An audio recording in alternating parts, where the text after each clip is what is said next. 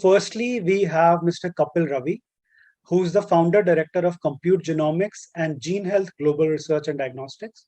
He is a well-known figure now in the biotechnology and healthcare industry, seasoned entrepreneur and founder of multiple ventures so far. And some of his notable achievements are introduction of cutting-edge genomic system in India. And he's dedicated himself, his career towards the quest to simplify the genomic complexity. Welcome, Mr. Kapil Ravi, and thank you so much. Second, we have Mr. Sunil Himdev, who is the head for innovations and partnerships at Syngenta Foundation for Sustainable Agriculture, based out of Basel, Switzerland. And he's been instrumental in driving impactful initiatives globally for the foundation. And presently, he's on a mission to build a robust seed ecosystem in the sub-Saharan Africa across 6 countries. And these groundbreaking agri-tech innovations will resonate and have relevance throughout the global south. Thank you, Mr. Hemdev, for taking the time out and being with us. Next, we have Dr. Prabodh Kumar Meher, who is an exceptional researcher at the forefront of research of radiation and cancer biology at the Department of Molecular Biosciences, Stockholm University in Sweden. He has done path-breaking research on radiation-induced DNA damage and several repair mechanisms with the research group of Professor George Iliakis from Germany. And he's dedicated his career towards advancing the scientific horizons in the life sciences industry. Thank you, Dr. Prabodha, for being with us today. Finally, we have Mr. Mayank Raj Bhardwaj, who's the CEO and founder of Rapture Biotech Group, who's addressing an extremely critical need for skilled manpower requirement in the life sciences industry. And he's doing this by training manpower, training fresh graduates with those necessary skills that make them industry relevant. One of his important contributions to our sector has been training, life sciences training industry. It has been fragmented and it's been all over. So what he's trying to do is make it into a professionally regulated business model. And this he's doing through his company by offering diverse services and training for academia and corporate sector both. So thank you, Mr. Bharadwaj, and thank you all the panelists for taking the time out and sharing your important thoughts with us. And with that, I would give a very brief introduction to the 2 co-founders of BiotechVille. First is Mr. Anzar Alam and Mr. Vishal Agarwal. So both of them, as I said, have worked in the industry for some time, have understood its merits and demerits, and have put together this platform. I would now invite Anzar to please officially launch the platform and take us through the inception journey and give us a tour of the platform. Anzar, please come to the forefront.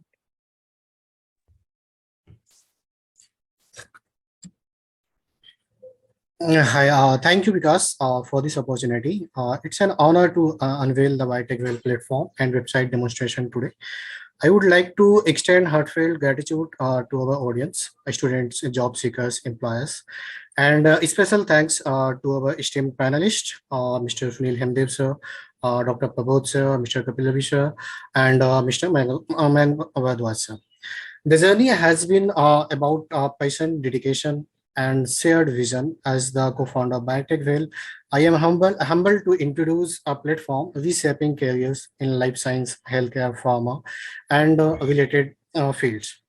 BiotechVille's creation is a hard work, a beacon for every job seeker's journey. Our mission is not just to provide a job search platform, but to foster a community to bridge the gap between ambition and achievement, and to serve as compass guiding professionals through the ever-evolving landscape of the life science domain. Today, as we unveil BiotechVille, we embark on a journey of growth, connection, and empowerment. Let's transform career together. Let's unveil the BiotechVille platform together. Thank you. I'm just playing a launching video.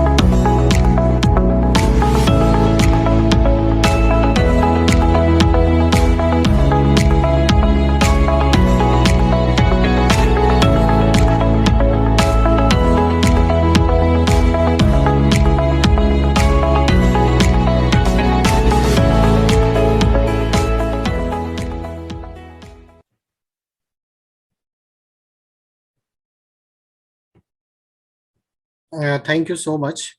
And now I am going to demonstrate the website.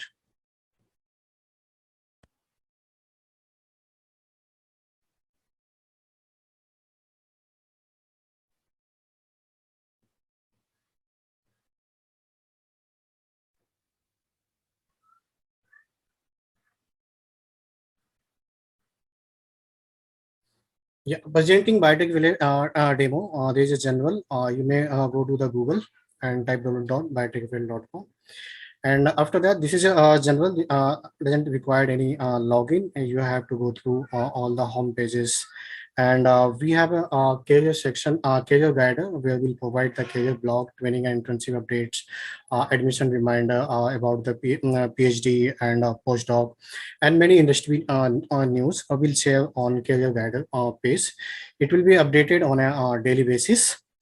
And this is just for the demo. We have just posted one advertising from the IMS Raipur. This will it will look like this. You may share with the needy one. And the start off from the man purpose for job seekers.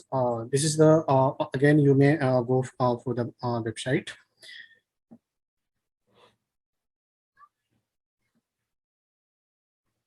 This is the home page completely.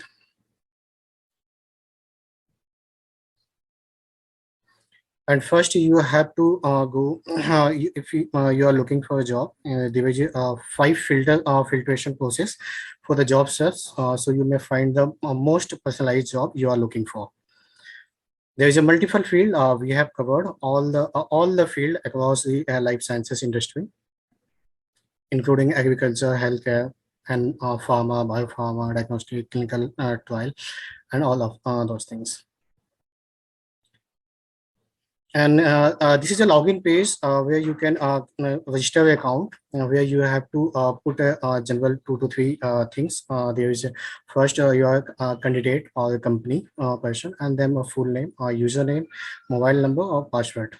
And then a verification link will be sent to your mail, and it will be confirmed by you. You are the right person. And then again back to the login page and just login. And this is a dashboard of job seekers where the recommendation job will be shown here. And there's a saved jobs and total job applied, and so and saved jobs will be interested saved job will be shown here. The number of jobs you are interested in and you applied in. This is the normal profile for the job seekers where you have to fill general information about yourself and which sectors do you want to work, manufacturing, product, services, and your designation. If you are a fresher, you may write on a fresher. And field of interest, there is a multiple field. You can select one, and the highest qualification and specialization, you may choose to select one only.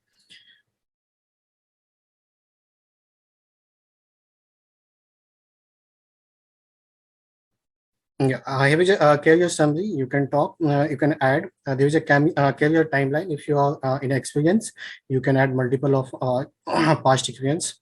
Add practical or technical skills. We have added for our databases. You can select multiple.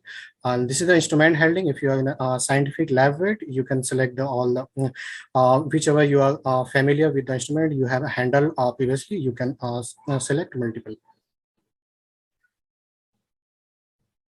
You may also add the preferred job location.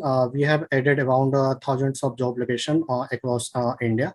You can select multiple preferred job location you want to looking or work at. And there is a educational profile, 10th or 12th graduation and university. If you are a PhD, you can add about your work also. And certificates lab, if you are a publication, you can add publications also, which paper, publication, impact type, and your publication you have. If you want any other information you want to put, you can put, there is a normal address. And there's a cover letter option. You just copy and get, and you click on the save. Your resume is created. So you have to upload a resume. It will auto generate what information you have filled in the profile section. If you don't fill in the profile section, it will did not show on your resume. You can modify the resume anytime in your profile section, and resume will be automatically modified. And this is a job page where you can find the job and apply the job. And when you apply, automatically you will receive the email notifications.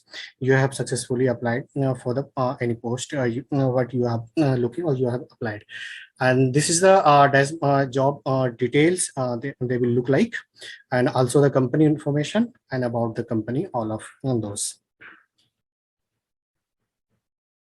This is a job board, and the total job we have just one applied, and where you can save jobs or total applied job. You can see the status actually, job applied status and job. Now, when the employer accept or rejected, you will get the mail information, and where you will get the accepted or rejected your application, and the updates from pending side, it will accepted or rejected or will be shown. And we will to move ahead for the employer, where employer can come and make a profile and post a job and search on a resume databases. First, you have to register as we have previously told, just like the student segment. And this is the employer dashboard, where you can go how many jobs you have posted, how many candidates the job applied.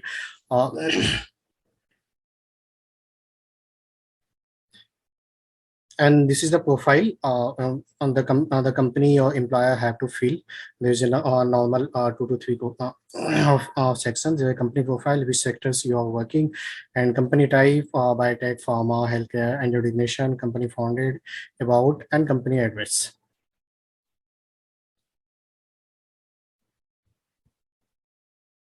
And where you can manage the posted job. There is a two posted job in which you can go and check if you find the right candidate, you can deactivate the job. It will not shown in our website if you deactivate it. And if you want to again activate, you can again activate and you want to delete from your dashboard or from our website, you can delete. And you can also manage the candidate. There is an option where employer can accept or reject after seeing the applications. Where when employer will be accepted, candidate will be notified via mail. When the rejected, candidate will be also notified via the mail. And the job is accepted or and the job is rejected will be shown.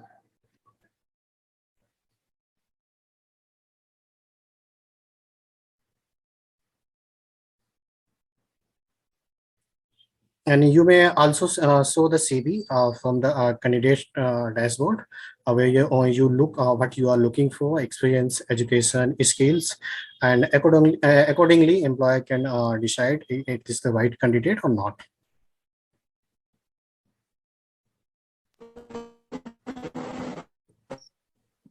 And this is the a new post job where we have also included a walk-in interview. If you want to walk-in, you can select the walk-in interview and put all the information you want to provide, date or time, job title, and venue. And company type, job descriptions. We will go through the back to the edit section. There is already information of field, so it will can process. There is a job title, sectors you can choose, and company type you may choose which types of company you are, and and there is a short job description if you want to add, and there is a key responsibility area, a long job descriptions you want to add. If you are looking for the wet lab candidate, you can go with the practical and other skill. You can select multiple of skill you want to, and also at the instrument handling you want to looking for, you can also select multiple instrument handling name. And if you are there is a highest educational qualification you are looking for, you can select only one option here. What you are looking for, MBA, MPhil, Pharma, or whatever your education requirement you are looking for. And if you may select the PhD, and there is a more educational qualification requirement you can select if you minimum type, and also select multiple specialization you are looking for, molecular biology, microbiology, food processing, medical chemistry, many all the specialization we have already incorporated in our databases. And work experience you required, annual CTC. If you want to hide the salary from the job seeker, you can click on that. And other salary detail, if you want, you can also click on that. Number of vacancies and job locations. You may also select the multiple job locations you want menu and update the job. This is the editing, and you can post the job. It will be automatically posted on our website to the admin approval, and we will approve your job within 4 to 6 hours, and then the job posted will be visible to our website.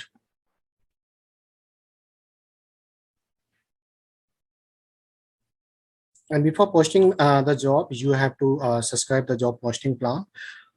For now, it's free for the cost of time. And there is also resume databases. We will go through on that. And this is we have named it life science industry, finder and executor. It's a one-stop destination for finding top talent. It's our resume database specifically designed to help employers to connect with the best candidate for their organizational need. It will look like this. You have once you will subscribe, there will be show how many databases you want to access, how many resume or CVs you want to download, and it will automatically decrease the number of CVs you download. There is also 6 filtration process for the to find the best suitable candidate for your organizational need.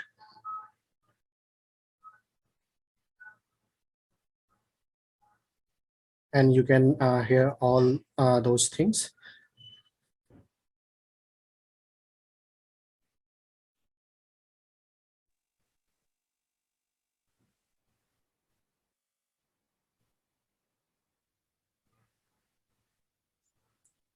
After that, you can print or download the resume of candidate.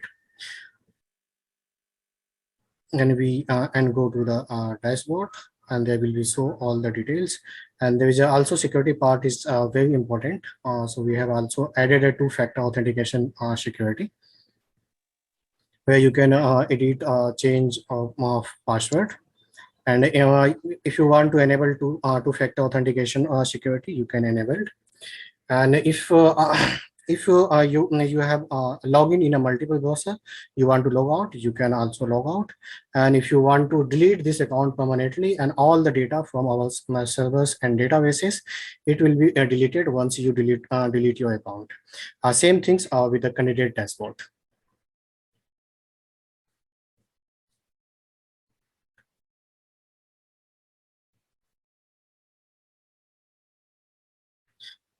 Thank you so much for your time. Go with the BiotechVille and register today.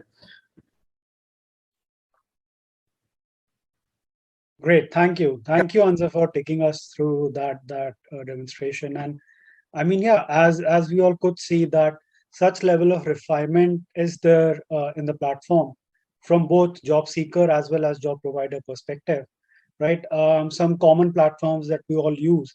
I personally haven't experienced that level of refinement in them, which would give us the exact match and help us, find an exact fit for our needs. So yeah, with that, I would like to kick off the panel discussion. The topic for the discussion is navigating careers in the life sciences and related industry, perspective from employers. So my first question would be to Mr. Kapil Ravi. Mr. Kapil, could you tell us how has the industry's recruitment process evolved to accommodate the changing needs and demands of the market?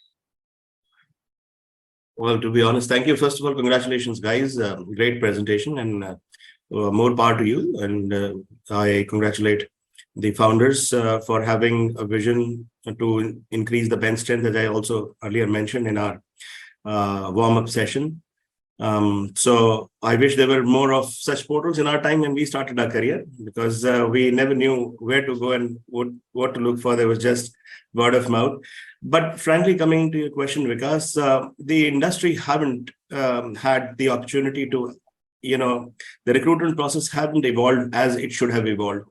And there are evident examples. So there is a clear innovation that is required in this segment, because still you'd see the same word of mouth, and it's very hard both ways for the person who has the skill set and how to navigate to reach to the right opportunity. So talent and opportunity are two fag end of this fulcrum. And there has to be a right balance wherein both can meet some place. So portals like these are a great opportunity for the industry to find right recruitment, and similarly for talent to reach out to the right stakeholders who can appreciate their skill set. And I think this is the time that India is riding high on thought processes, thinking more about the ideas and how there can be aggregator models wherein right stakeholders can come and at least interact. So I think that it's a good thought from BiotechVille to have created this platform, and it's interesting to see how they're building these connections. Absolutely. I resonate with you.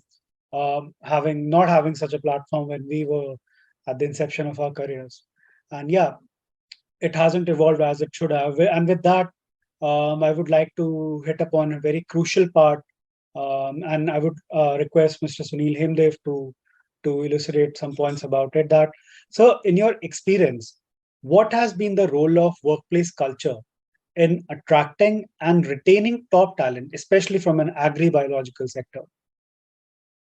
Thanks, Vikas. Hello, everyone. First of all, to the founders of this tech, kudos to you all. I think the website that you have formed is extremely important, looking at what, even Kapil mentioned. A lot of it is yet word to mouth, Kapil. It's, I think the use of this particular platform is quite timely. So coming back to work culture, and I think with everything in life, right? So your environment plays a big impact on whatever you do, be it the environment at home, be it the environment within the university, be it the environment everywhere. And work culture is no different. So work culture or being in a workplace, it plays a tremendous part of it.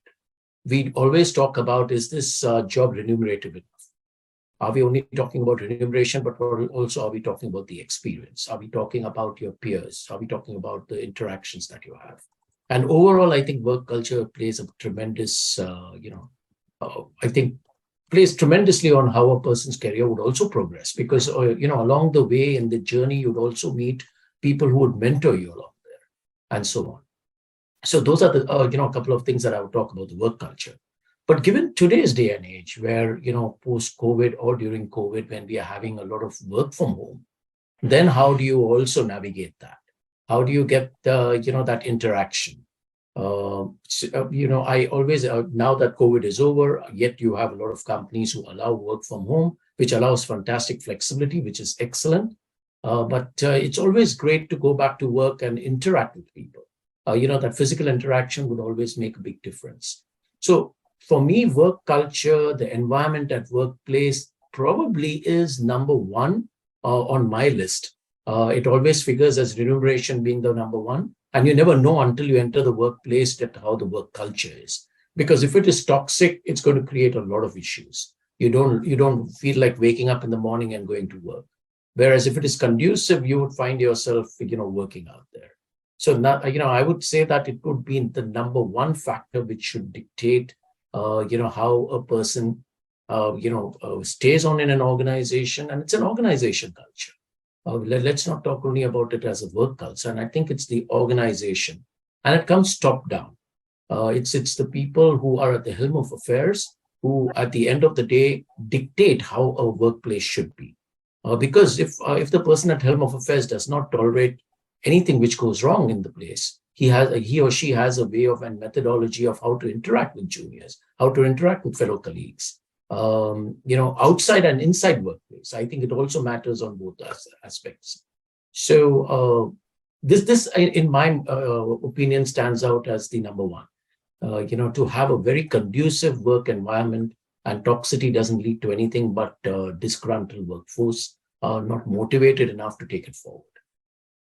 Absolutely, Mr. Hemdev. I wholeheartedly agree with that. Tackling attrition in the tech industry, in our industry today, a lot of it has been contributed towards having a toxic workplace, right? And I'm sure we all have gone through it somewhere in our lives. And at that stage, remuneration comes in secondary, right? The longevity of your arrangement with any particular employer depends how the culture is, be it from office, work from home, right? And as you rightly said, it's a trickle down sort of a thing. It starts from the bottom and then gets imbibed in all the employees. Thank you for that. And so carrying that forward, my next question is to Mr. Mayank Bhardwaj.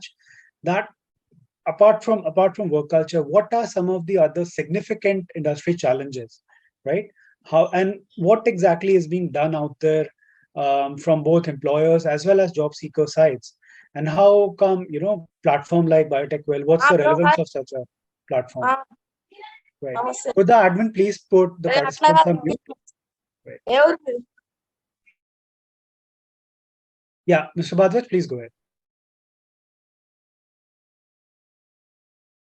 I believe you're on mute, Mr. Bhardwaj. Yeah, just a second. Yeah. Okay, all right.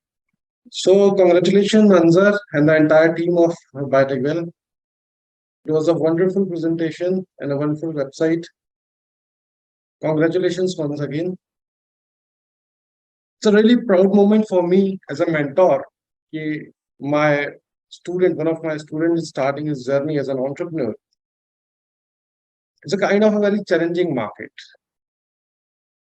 If we talk about biotech sector, so there are two parallel world kind of. One is in academia and one is in corporate. Okay. So major of the job seeker are fresher right now, and they have seen a kind of a closed environment, and that is in the academia. Means if they are doing a BSc, if they're done the bachelor's or master's, they were kind of a particular set of environment, their academic curriculum. They've never seen the how this industry works. And it is very much demand that you must understand at the academic level that how these industries are working on, what are their specific requirement, what exactly they are asking, what they are looking in a especially for the entry level job profile. So as the couple said that it's a pain at both end. If you're talking about the industry, every industry is facing the challenge that they are more looking for a specifically trained manpower. They're more looking for people who know that what exactly they have to do once they join the company. And in the same way, same problem is faced by the candidate who are job seeker. So most of the candidate don't even know which are the company. I've described this with many of the students. Even the students who have completed their masters, MTech, MSc, or even the PhD student, they even don't know the name of 10 or 15 or 20 companies. Even they don't know the name. Rest of the part, technical requirement are entirely different thing. Even they don't know the name. So first, if you are a candidate, if you are actually looking for a job in the market, first you have to understand the market requirement, market demand. Every industries are quite seeking the people who are actually interested in the way, not interested to get a job, interested to understand the that job profile, and you must have a long-term commitment towards the jobs. Correct. Absolutely, Mr. Bhardwaj. I wholeheartedly agree with that, and that lacuna that is there, that is getting addressed, right? Because as a fresher myself, when I graduated from, and then I went on to get a master's from the US, the sheer lack of skills that was there in our students as well as those that were local at that point in time was something that we had to comprehend with, and we need platforms like this and initiate more initiatives, in fact, to deal with that. And I'm happy you touched upon a very important stakeholder in this industry, the academia and research institutions, right? So based on that, my next question would be to Dr. Prabodha, that especially in life sciences, be it biotech, pharma, healthcare, agri-tech, academia and research institutions play an extremely important, a pivotal role rather, in this industry, and they do employ a substantial amount of workforce. So from that perspective, what are some of the challenges that these institutions, and you as someone who's been in research for this long, have faced, right? And what is the relevance of new age initiatives such as BiotechVille and many such? Please, if you could illustrate a little bit on that. Yeah, so I hope all can hear me. So congratulations to all the young entrepreneur about who are starting this nice job portal. It is very crucial uh, platform for all the job seekers as well as the industry people. And this is really going to be very beneficial for a lot of many young people at least. So to come to your questions, because like how it is happening in the academia and research. So the thing is, I think everybody will agree on it. Like whenever someone is in life science field, they look forwards only towards academia. They try to find a job in academia because, as Mayank said, even a master student cannot tell 10 companies where he or she can get a job. So still everyone is looking towards the academia, and the academia sector is, I would say, it is not well understood by many of the students. Why I say they are not well understood by it? Because when anyone is in biotech or health science subjects, they think that they will get a job just by obtaining a degree. That is not the way it's going to be. Because we all know when someone is studying biotechnology, we study every subject a bit. That's what we say. Biotechnology is a jack of all trades. Like we study microbiology, agriculture, pharma, whatnot. So we study everything. So what the key message each one should understand is while studying, they should try to focus what is their interest, on which field they should go. Well, so basically, as all of we know little bit that we most of the student doesn't have the idea like what are the industry and where they should get a job. So if someone is going to get a job in industry, then that person should focus or explore the ways where what are the industries and what are the skills or subjects he should focus on while studying. And the second one is the research, which is what I have been a little bit experienced how it works. And I would speak this frankly that almost everyone doesn't know what the research industry requires. And they just do the things, whatever it is there in the curriculum or in the institution or in the program, they have to do a dissertation. So they just want to do a dissertation. That is not the way one can build a career in the research. So you need to focus your interest. And if you know what is your interest or subject area in the academia, then you should pinpoint it towards that direction. And if the time permits, then I can talk a little bit more on how to pinpointly focus your interest in the academia or in the research field. That will be a different questions and topic of discussion.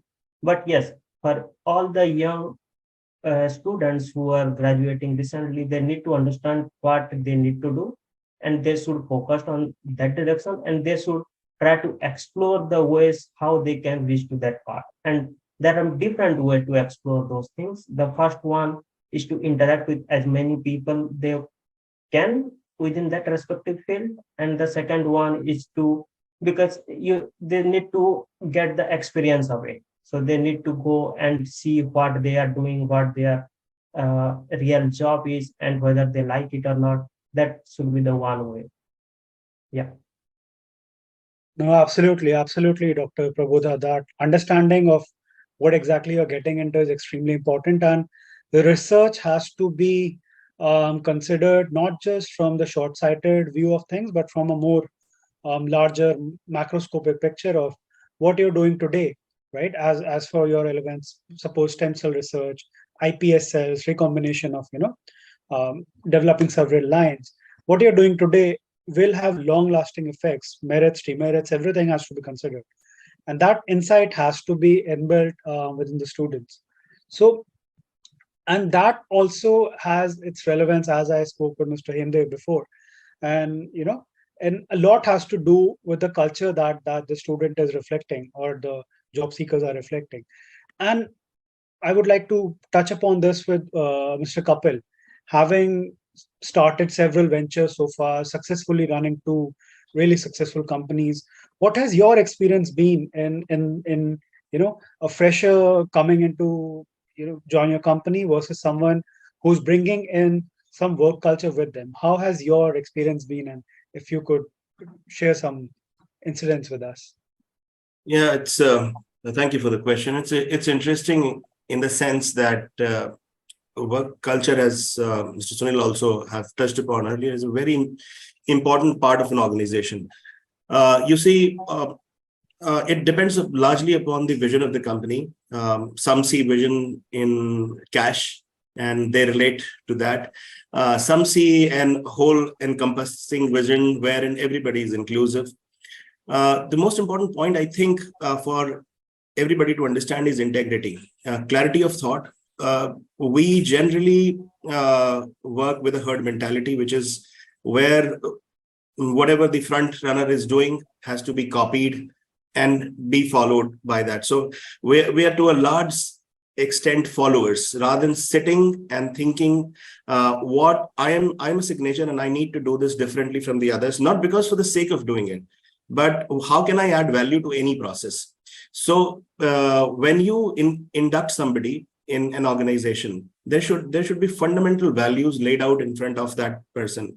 And it may not be a very formal kind of scenario, but you should be able to translate as the founders, as the head of a lab or the institution, that there are certain integral parts to an individual personality, which are beyond technical specifications or technical skill set of.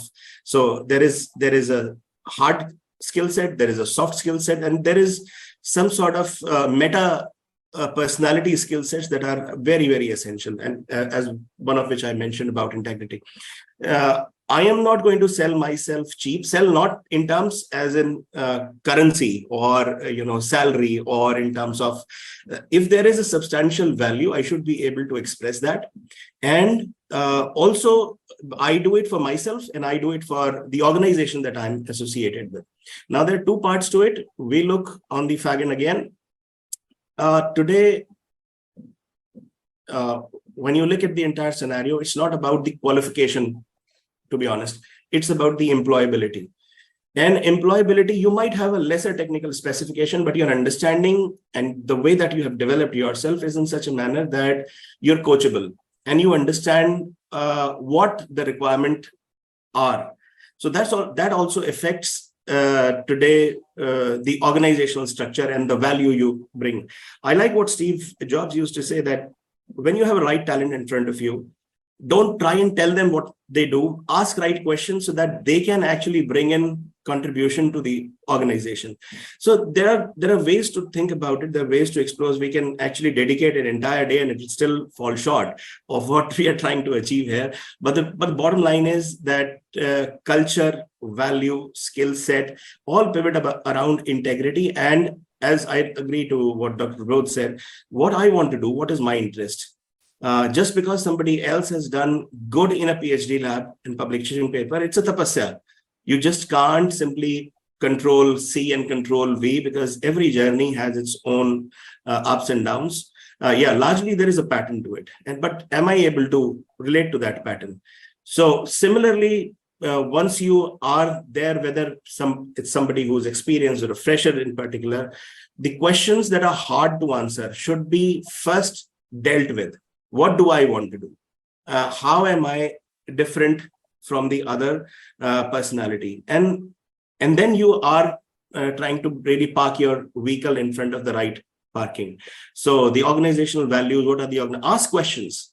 Not only get asked the question, but ask question. What does the organization stand for? Whether it's a new startup or it's an established organization. What are the value? What are the granular ingredients of that organization that they stand for? I think that impacts a lot. I'm not sure whether I answered the question to the point, but these are very universal blanket questions that needs a lot of deliberation as such. Yeah. So thank you. No, absolutely, Mr. Ravi, that you did answer it succinctly. And as you rightly said, if we start dwelling upon each of these, it could be a whole series, right? We could have 10 of these sessions and still it wouldn't be enough, right? But you did touch upon skills and employability. right? And with that, I would like to come to Mr. Hemdev once more. You've been in the industry for over 3 decades now. And what are some of the clear and existing gaps that are there in our industry, right? Be it industry or academia. And what is the most symbiotic way to fill in these gaps, right? And what are these gaps, and what's the difference between having a degree versus being employable? You're on mute, sir.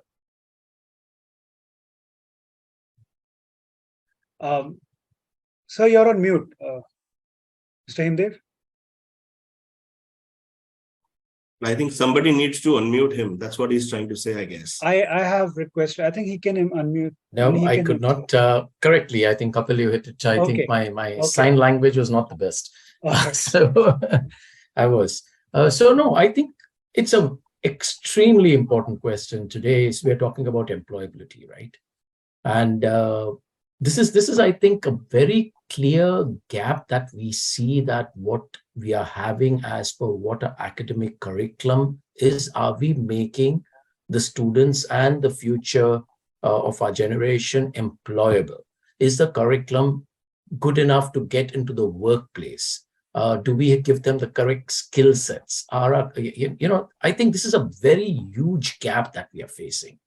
In fact, there was also this whole thing in the IT industry with the big boom which came about as to how many of the engineers coming out of our colleges were actually employable. And most of the big institutions, if I remember correctly, even Infosys, had took them through about a 3 to 6 month training to actually get them employable to what they would like. And I don't think that differs in most of the industry today. Be it the fledgling biotech industry, which requires this skill set, be it in the agricultural sector, which I work in very much. There is a very big gap, and this needs to be addressed. I think that is something which we really need to do. I'm not a policy maker, but I don't think that the policy is actually hitting the ground and making that connection with the industry. How can industry connect with the universities, first of all, to get the students employable for the future? Having said that, I think also the fact that research in academia, how much of it is relevant to actually the R&D work which is going on, the research in academia which is going on, is relevant to the current day requirement of the industry, or the current day requirement of the marketplace. And I think that is so. If I was talking about the second topic, this is not only pertaining in we don't have that issue only in India. We face it everywhere, where a lot of the research which is taking place somehow, gets lost in between what the marketplace actually requires. Some of them have a great connection to the market, and that's the commercial companies. The company which I, work, the foundation which is sponsored by Syngenta, has a fantastic connection between their R&D and what the marketplace wants. But when we talk about research centers which are a little away from the marketplace, work a little away from the private sector, that's a massive gap out there. So to answer your question, I think on the research side there exists a massive gap, and on the employability side also is a huge gap. Now, what can address this is policy, but policy cannot be only written policy; it has to also walk the talk. How do you take this forward? How do we get this, connection with industry and with, universities, with various academic institutions, with various research organizations? And as I said that I think the first bit of it, there is a massive gap in India. The second bit of it is a bit universal. Though we might say that, this is a big problem in India. No, I've seen this happen in Europe. I've seen this happen in the US. There is a massive gap between R&D because, the researchers are researchers. They do have a lot of things which they would like to achieve. But is that what the marketplace really wants? How can we actually scale that in the marketplace? Is there a methodology or a platform to take this? So that's a big gap. So I can't say enough. It's a very emotive topic that you've touched on for me personally, Vikas, because we do see that in our workplace, where in India, when we want to hire people in the agriculture, in the horticulture, agriculture sector, we bring them in, and then we find that the theoretical knowledge that they have practically they can't apply, And even if they can try and apply it practically, they cannot relate to it theoretically. There's a massive gap. So lesser said about this, better. I think it's policy which needs to change to make and walk the talk. Absolutely, absolutely, Mr. Hemdev. I think conducive policy making has to be shepherded by, of course, the governmental side of things as well. Something that I would like to talk a bit about is the industry academia partnerships, under which now it was a global thing, but it's picking up in India as well. Working across several incubators and several tech transfer centers, what I've experienced is that there are curated industry problems that are put out there, and there is a dedicated funding for several, to be research to be conducted on that. And that, in a way, is trying to bridge the gap and do more industry relevant, market relevant research. And also, one more thing about research, I mean, Dr. Prabodha would wholeheartedly agree, is that its immediate relevance might not be very visible, but then its future vision has to be understood. That is something that you rightly said.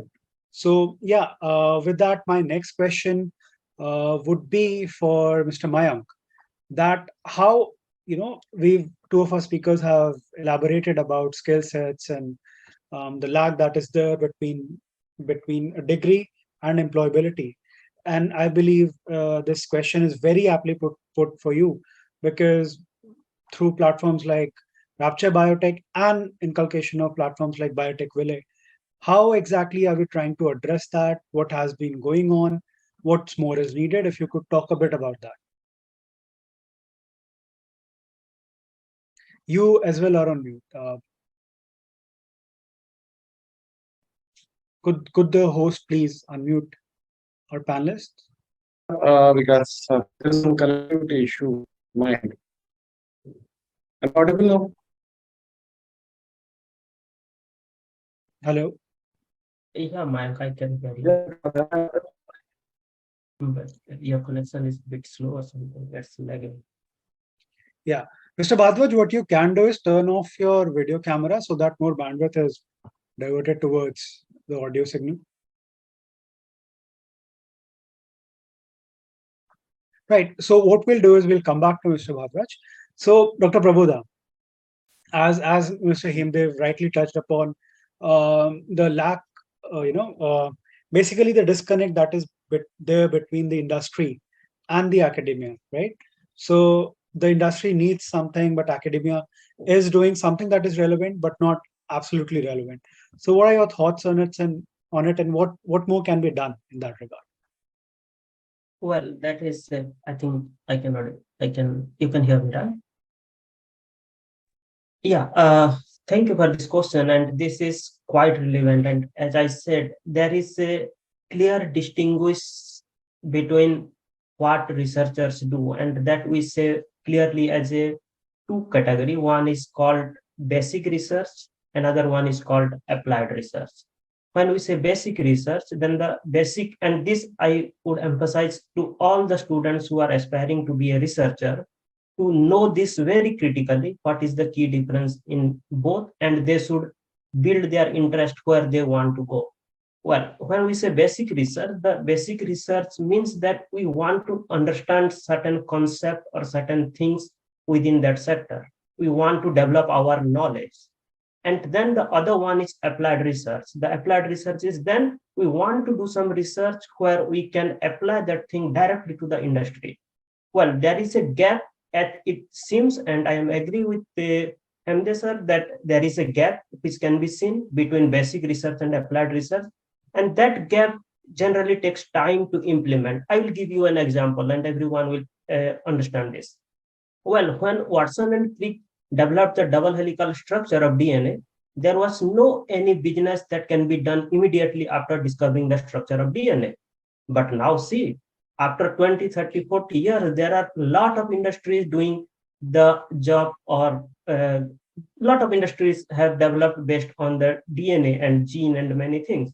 And very recently, there was another basic research, which was like CRISPR-Cas9. When it was discovered, then people thought, okay, this is just a fundamental knowledge which can be utilized only in the research. But now there are a lot of companies who are utilizing this tool to develop many products in the industries. And similarly, this is the basic research which we do in the lab, and we spend a lot of time in critical thinking, understanding the biological aspects, and then we come to a conclusion. And later on, it takes many years to get some product because we understand that concept, then it takes time. And applied research, very recent example we all have experienced is the COVID pandemic. We suddenly faced on a pandemic scenario. And in that scenario, then we had to find a vaccine, and we had all the concept knowledge of the vaccine production and how it can be made. Then everyone knows it very well, like different type of vaccines came into the market, starting from mRNA, attenuated, and other form of vaccines. So these are the things that are called as applied research. So as a young students or graduates, they should understand which kind of research they want to do in their life, and it's purely basis of individual interest, I would say, and that they can develop. It is this question will come to every student, like, okay, what I will do? Like they may get confused, like, okay, should I go for basic research? Should I go for applied research? So the simple answer for this question is to talk with people. And when I say talk with the people or researchers or academia people, don't just talk like what they where they are and what they are doing.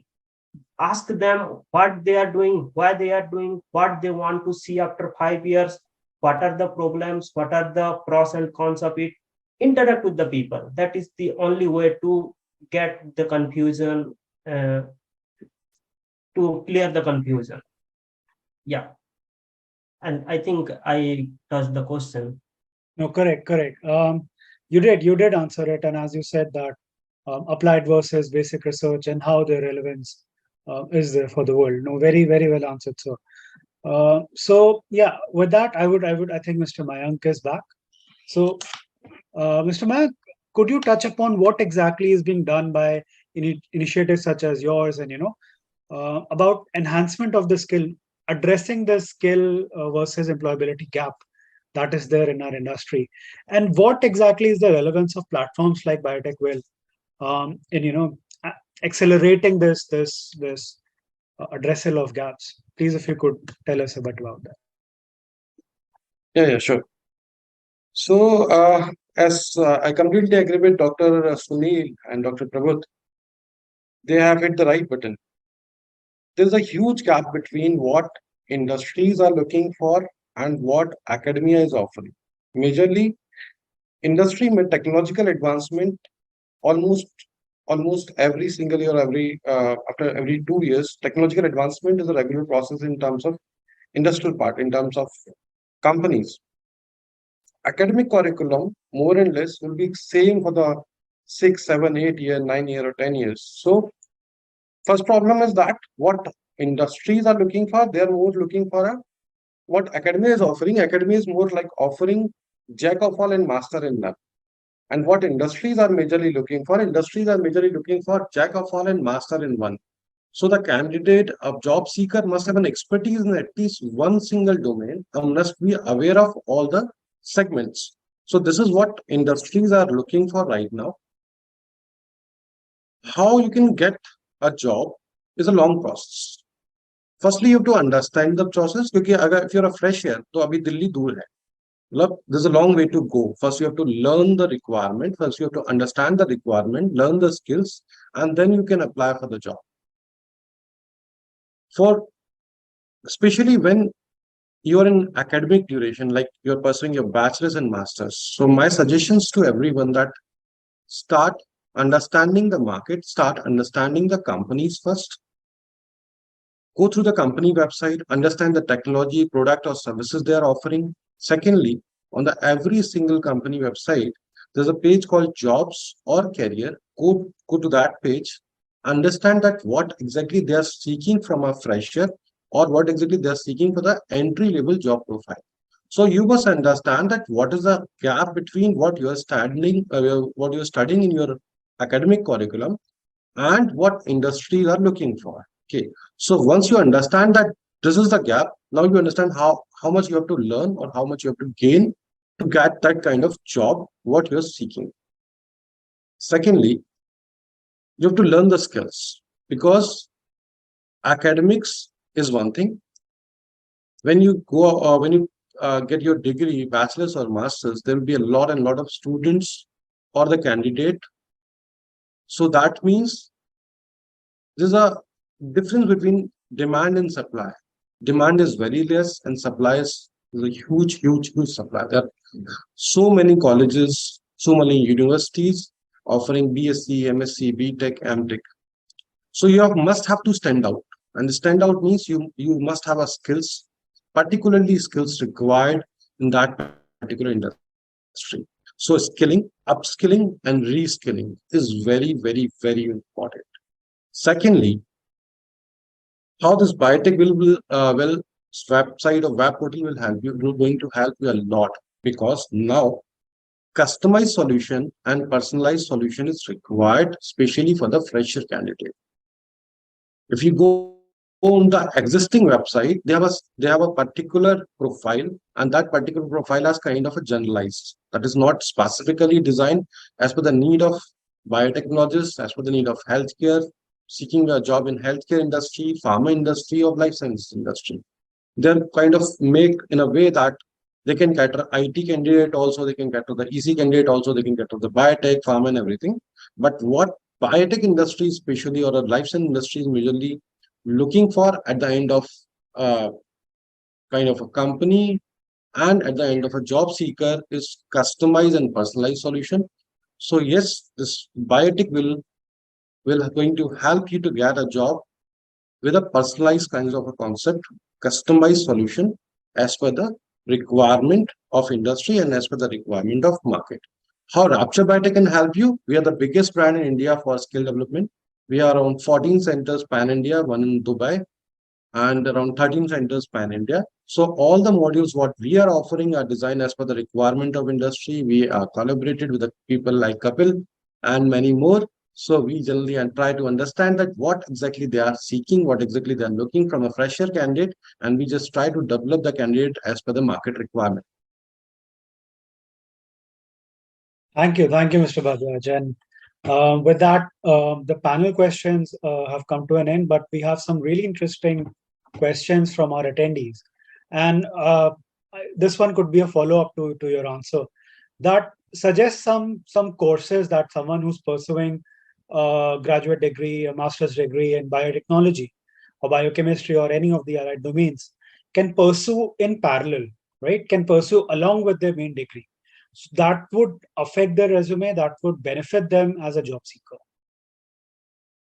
See, as what I have said, that it's a uh, it's a kind of a market that is having a lot of kind of second branches. Okay, you have biopharma, bioagriculture, bioindustrial, enzyme-based company, genomic-based company, molecular diagnostic-based company. So you cannot apply in every kind of company. First, you have to understand that what are the 2-3 options you actually want to be in. Okay.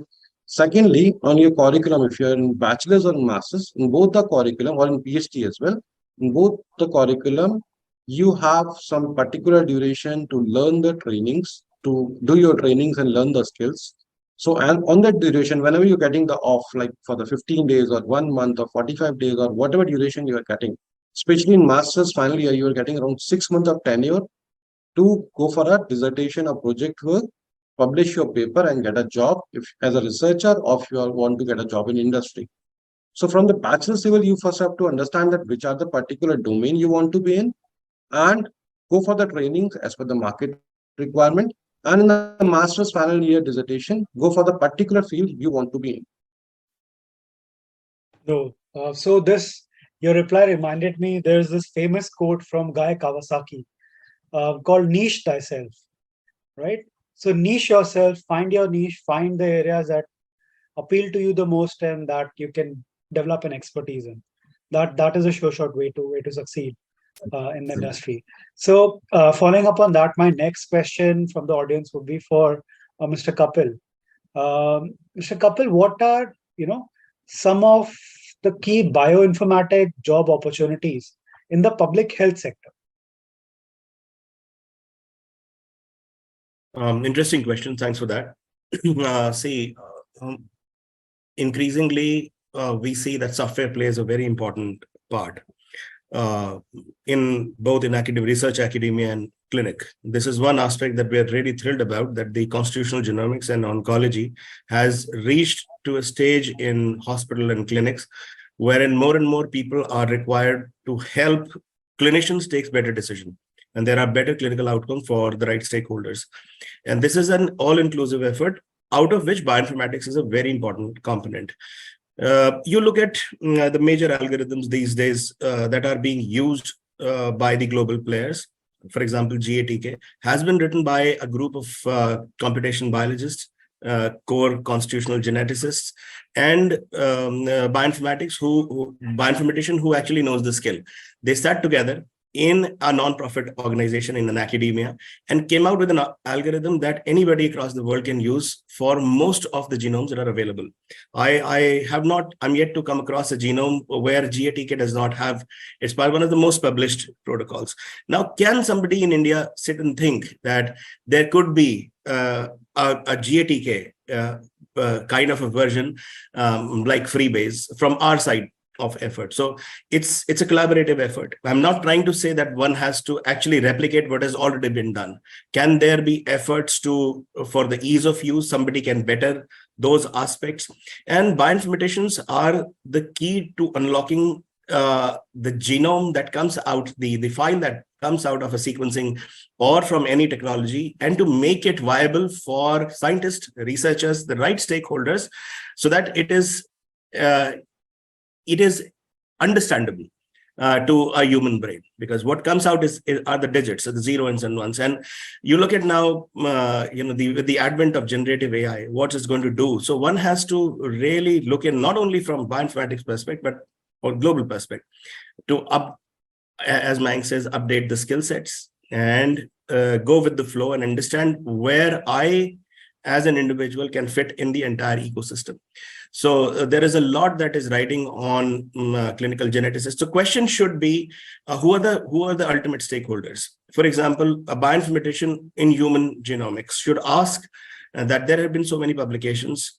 If these publications stay only till publications, can there be a commercialization aspect, not for the sake of earning money merely, but for the benefit of the larger, in the service of the Mother Earth as such?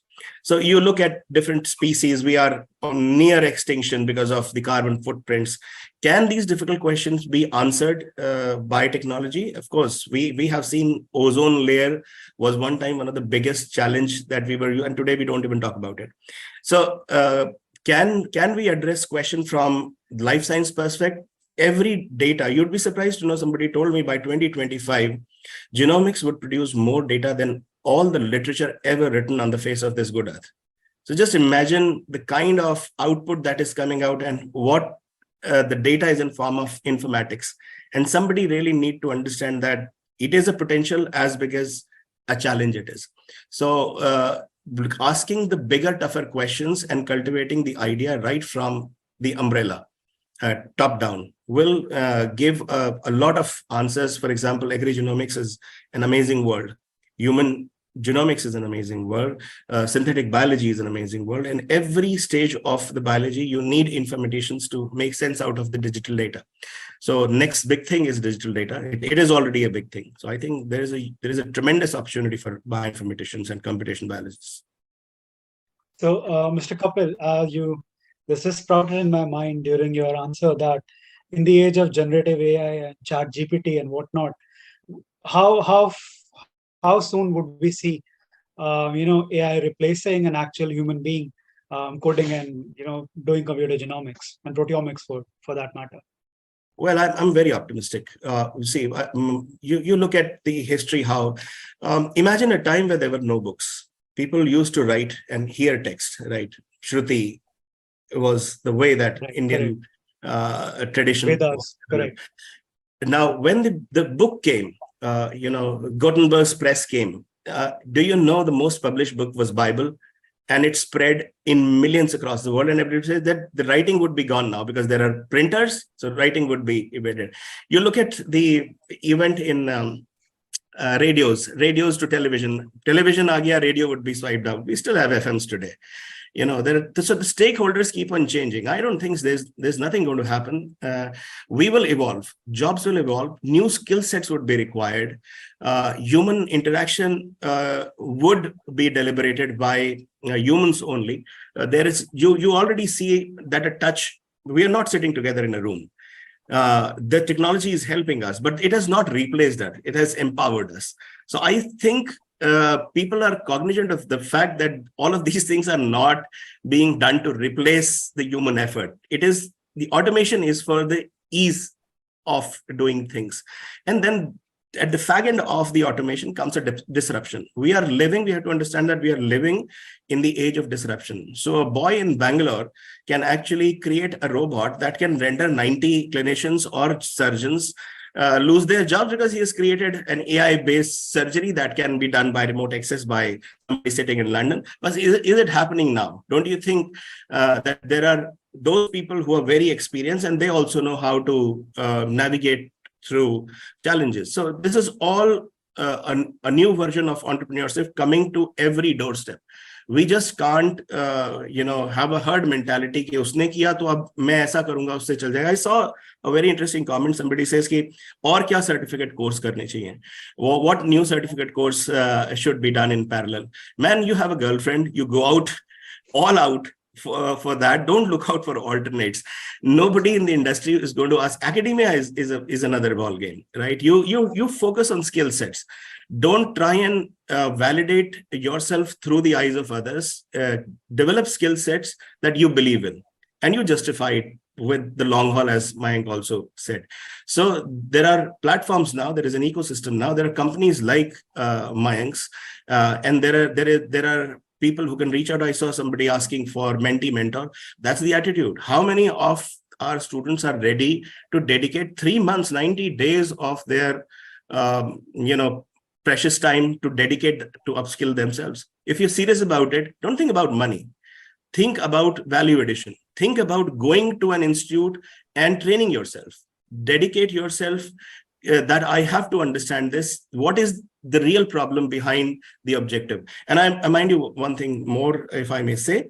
There is a difference between making a career and getting a job. You will get a job at some point of time. You can never say Sachin Tendulkar had a job. He had a career. Lata Mangeshkar had a career. Bon Jovi had a career. So if you want to get a job, you'll get a job someday. But it's dangerous in these times to merely get a job. Get a career. Go after a career. Make sacrifices. And, if the sum total of your fear is lesser than the sum total of your passion, you will inevitably win. So keep your passion high. Do something. That's why people keep on saying, do something that you're interested in. I really am of that opinion, because in the darker phases of the challenges, your interest, your belief in yourself, that I set out for something very simple, understanding this question from an umbrella perspective, from bird eye perspective. And I think I can make a difference. So if the attitude is humble, you can pivot around. So pivoting is another skill, that you do not cast yourself in a hard die cast. You should be able to be flexible in learning. Thank you. That's beautifully put from a biologist's perspective, that evolution is at the core of everything, right? We evolved from apes to fully functional human beings, and who knows what's next. And AI, as you rightly said, is ultimately going to be artificial intelligence and would never be a perfect replacement for human intelligence or human intellect, rather, because something that AI is not capable of doing is having an original thought, having an original inception. And that is my next question to Dr. Prabodha, that you have worked in India and in Europe, right? You're leading a research lab in Sweden University right now. What are your takes on originality of thought? Does the Indian student diaspora have enough originality of thoughts? And what is it in comparison to some of the Western counterparts? Well, that's a very personal question to me, and I would really love to share some of my experience as well.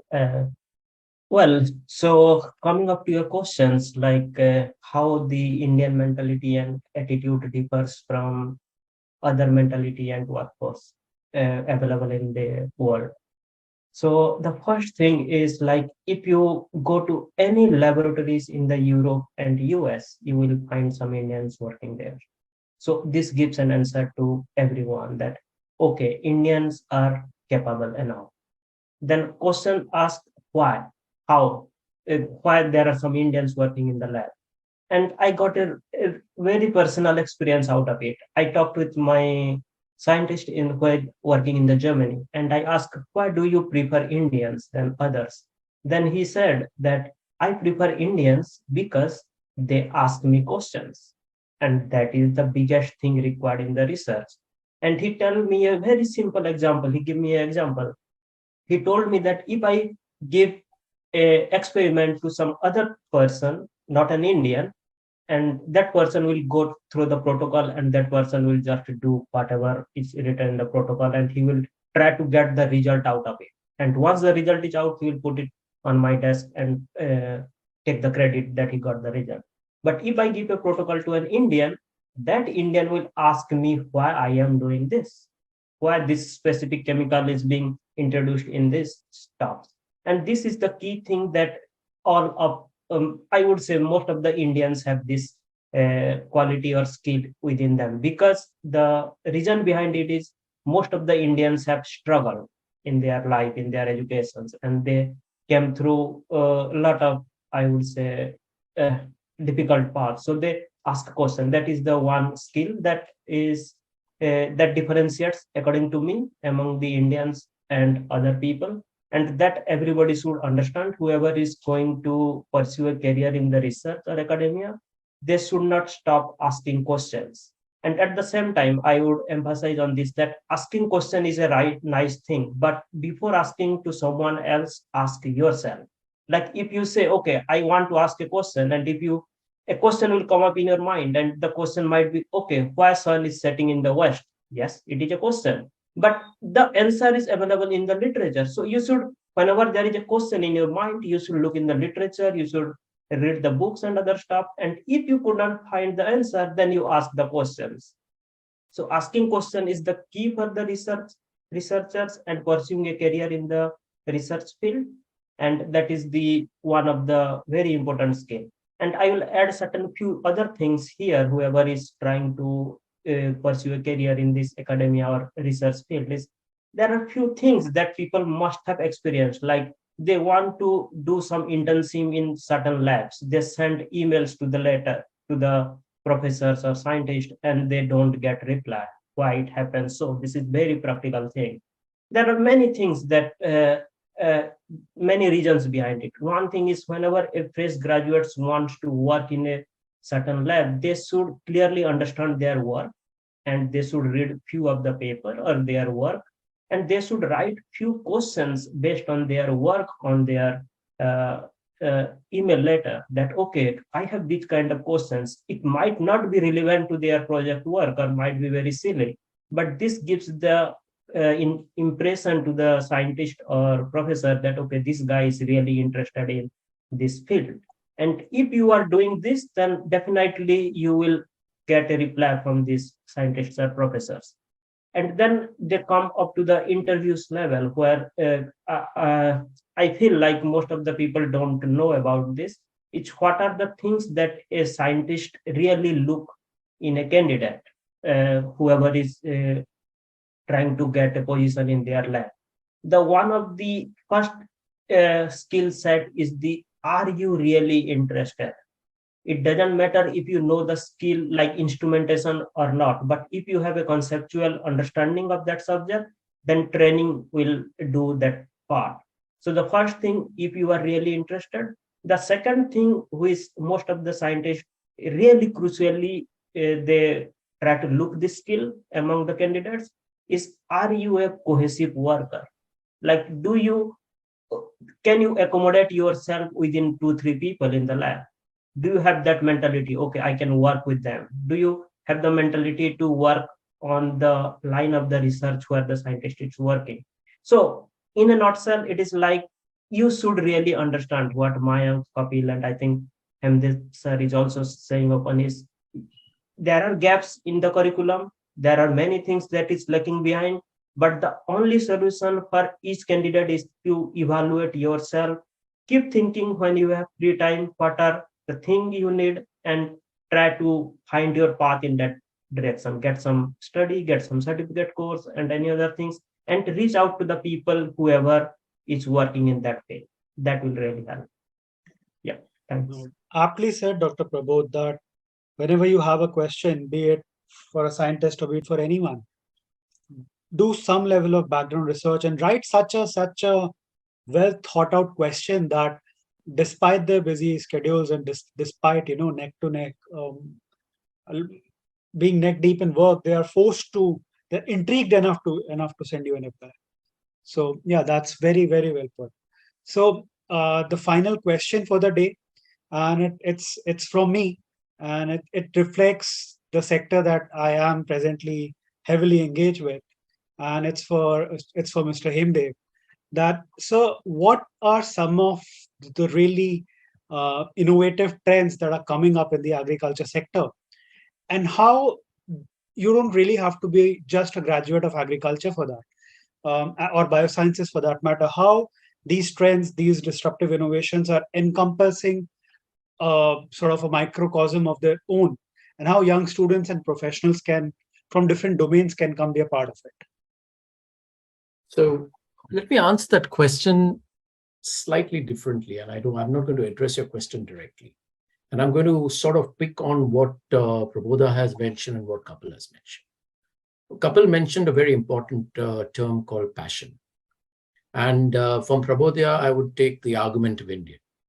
So, today you have what was not existent, at least, for 30, 40 years ago, or if you go back in time, you have at a click of a button knowledge. You have knowledge. If you have the passion, you will garner knowledge. You have the passion. You really don't need this certificate to go out there once you're there to say, listen, I've got this qualification, and because of this makes me eligible for that particular thing. And I think today the access to knowledge has been democratized. There is no restriction on who can study and who can't, who can gather that knowledge and who can't. So, I think that's one of the primary things is that you have to have the passion, and that knowledge is there. You just have to go out and seek it, and you really don't have to travel miles or sail, the 7 oceans to get it. It's there. So that's one part. Now let's talk about the innovations in the agriculture sector and what we're talking about. 80% of all farmers sit in the global south.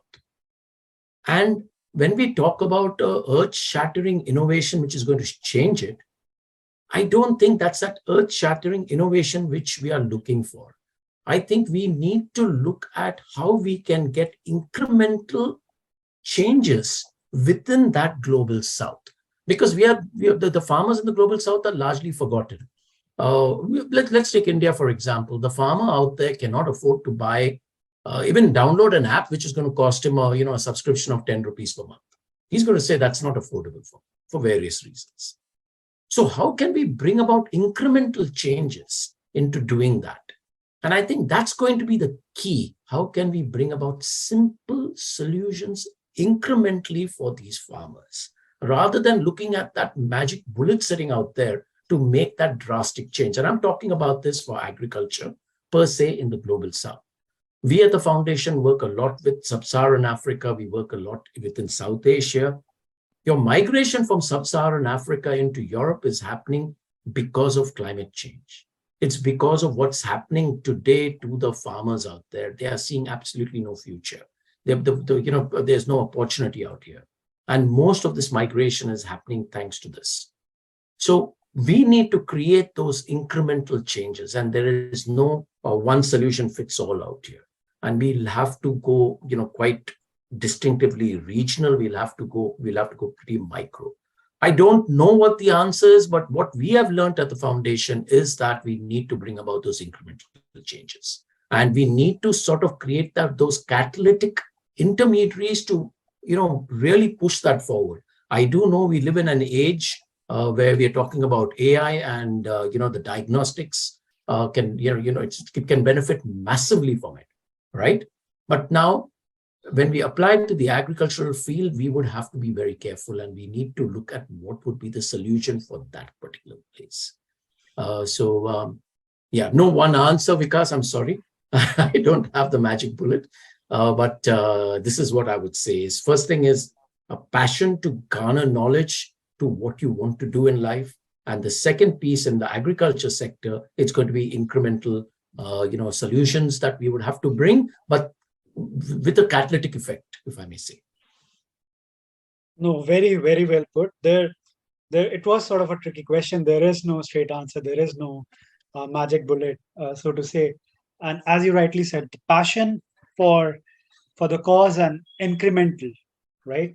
Not just disruptive, incremental innovation, incremental changes and efforts is what is needed today. And with that, we are at the end of our panel discussion. And thank you everyone for such fantastic questions. You all brought in such varied perspectives to this topic, and the need for having a platform like BiotechVille was just emboldened. I would like to take this opportunity to invite Mr. Vishal to give a vote of thanks to the panelists and to the audience, and also summarize and sum up the discussions that have happened today. Vishal, it's over to you. Thank you so much, Vikas. Thank you so much for extending with this opportunity for extending my vote of thanks on behalf of BiotechVille to all the panelists and all the viewers and all the listeners on our panel discussion today. I would like to start with quoting Saint Ambrose, who was a medieval philosopher. He quoted like, "No duty is more urgent than being a returning of thanks. It is with that immense gratitude that I stand before all of you to extend my heartfelt vote of thanks on this remarkable occasion. This evening has been an occasional and enlightened journey, one that has enriched us with insights and perspectives from our esteemed panelists. Our sincerest appreciation goes to each one of them for sharing their expertise, their knowledge, and shedding light on the nucleus of navigating careers in the life science industries today. I would like to extend my special thanks to all of you, to all the dedicated members who worked hard each day to make this meeting, a panel discussion, a successful event.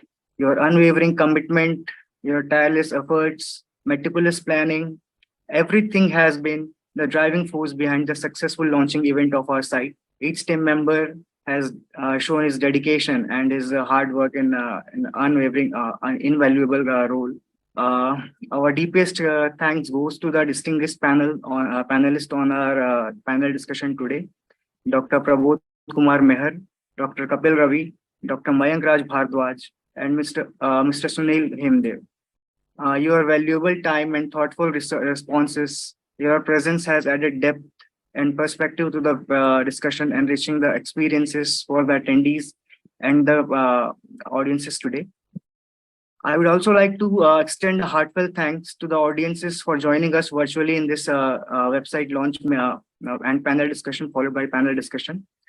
Your engagement and participation has really added depth to the conversation and reaffirmed the significance of our platform BiotechVille in the industry. Lastly, I would like to express my sincere appreciation to our moderator, Mr. Vikas Mishra, for skillfully guiding the panel discussion and ensuring a seamless flow of insights on the panel discussion today. In closing, BiotechVille stands as a personalized job search platform dedicated to empowering careers and transforming the life science and related industry. Your presence here today underscores the importance of fostering connections, sharing knowledge, and collectively shaping the future of our field. Once again, thank you. Thank you so much, all of you.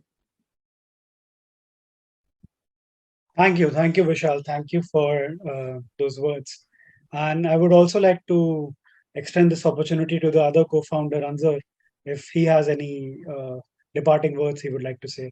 And my sincere appreciation to all the panelists for, otherwise what had been a rather boring Sunday afternoon turn into this really interesting, thought-provoking sort of an engagement. Thank you so much. I truly enjoyed it. Thank you. Hi, thank you, Vikas. We have not introduced yet to a moderator. I want to just light some words to Mr. Vikas. It was a very impressive and knowledgeable sessions and guided by flow of Vikas. I wanted to introduce our motivator, Vikas. He has worked with a various organization to a startup accelerator program. He worked with the Marquee startup global startup accelerator, and he has expertise in agri-tech and agri innovation and life sciences and life sciences many of company. And I would like to special thanks to Vikas to do moderate a session today. It was a wonderful sessions, and all of you have in this meeting. I would like to thanks all of you to have spared some times and spend with us. So thank you so much, and hope. And we also would like to say to the participant, you can visit our website and make a profile and start your hunting a job with us with BiotechVille, and all the best to the job hunting. Vikas. Thank you, everyone. And with that, yeah, please do visit the website and make a profile.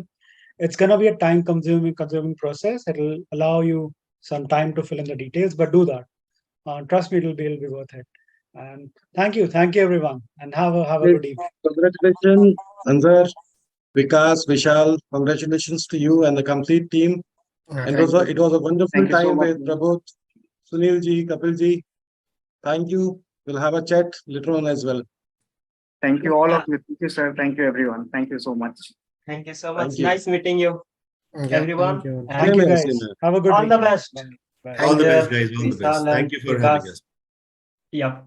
And hopefully we'll meet everyone sometime in some Sure. part of life. Very soon, Sure, very Also, soon. if Very some of soon. the participants.